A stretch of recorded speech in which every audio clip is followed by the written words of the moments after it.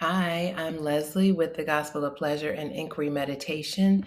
And in part one of this two-part video series, I shared two shadow work exercises and talked a little about shadow work. And in this video, I want to go a little deeper into the deeper purposes of shadow work. And here's the primary deeper purpose. Shadow work is the way maker for more joy. Living lighter, living happier, it requires real muscle. And you build that capacity, you build that muscle for more joy by being with it in its unconscious form, by being with joy in its unconscious form. Because joy in its unconscious form, that is your darkness, right? In other words, your darkness is your light, only in its unconscious or still unseen form. This is why I say in the Gospel of Pleasure, I say that our problems and our pain do not want to be solved. They want to be seen. Because once we will see them, then they can take their conscious form. As in, and here's what seeing, here's what I mean when I say seeing. When the thoughts I had in my previous video that I shared in my previous video, I am a complete failure, or I shouldn't be here anymore. It's not good that I am here. When I will say to those thoughts, oh, okay, thank you for sharing. Did you want to add anything else to that? Well, when I will do that, instead of recoiling away from them in horror or rolling around further in them like, oh my God, I can't believe, I don't know, you know, we all roll around a little bit. It's okay to do a little rolling, but do you see that difference? I call the saying, thank you for sharing, and the talking with the darkness, talking with the thoughts. That is being with them. That is seeing them. And when we will do that, then our darkness and the thoughts that manifest from that darkness, it can all take its conscious form. And what is its conscious form? It is joy, it is happiness, it is all the things that we want in our lives. And so, again, your shadows, all your darkness, it is your light. And that is why we don't try to get rid of it when it's in its kind of dark form. Now, it ain't easy to say, I'm going to stay here when your darkness or your triggers, because, our darkness comes up through our triggers, right?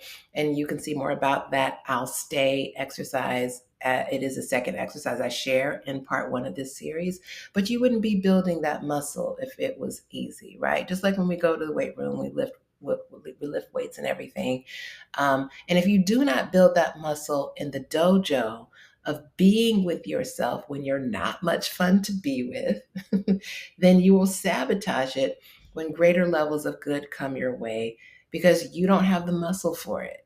And happier living requires muscle. But even though it isn't easy, you will feel unadulterated joy as you do the actual shadow work, or as I call it, integration. And here's why I call it integration, because you can be an amazingly gifted person, but if you are not integrated, meaning if you are not integrating your shadow as you go along, integrating your darkness, then you're going to be a fucking asshole. You'll be brilliant, you'll be charismatic, and you'll be causing harm and assholing all over everything. And you see this shit, especially with people in the spiritual realm. I'm in danger of it too. And so that's why I'm like to be cognizant of it all the time. But you can see these really big spiritual folk, and they have all this knowing and all this knowledge, and they just be spitting gold and everything, right? And their audiences adore them. And then you hear behind the scenes how abusive they are to their staff and assistants and children. Now, make no mistake, we will all make mistakes. There's nothing wrong with making mistakes. It's when we won't engage with our mistakes and what they bring up for us that things get to fester. And when we won't engage, we become unhappy. And we can be out in the world. Hold on, let me turn off this thing. We can be out in the world and doing these huge things and treating those close to us like shit. Um, And so you can look happy, but if you're treating those close to you badly, or if you're treating the wait staff or maintenance or anyone who has less worldly power than you, if you're treating them like shit, there's no way you're happy. And you're also not really successful. And that brings us to the real purpose of shadow work.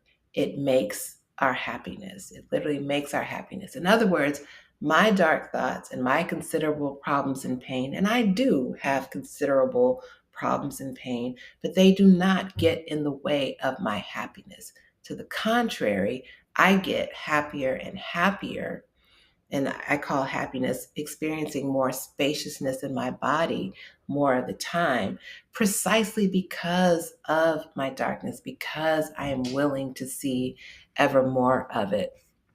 In the process of shadow work, or again, integration as I call it, it feels really good, or it's supposed to, or at least the way I do it, it feels good. So check out my work at thegospelofpleasure.com, where you can watch me work with people and learn more about the philosophy behind how I work with people. You can sign up for a free consultation, all of that. But it is because I will be with thoughts like, I am a complete failure, that I feel safe winning more and more.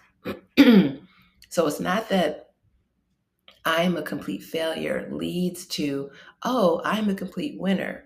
It is the very same energy.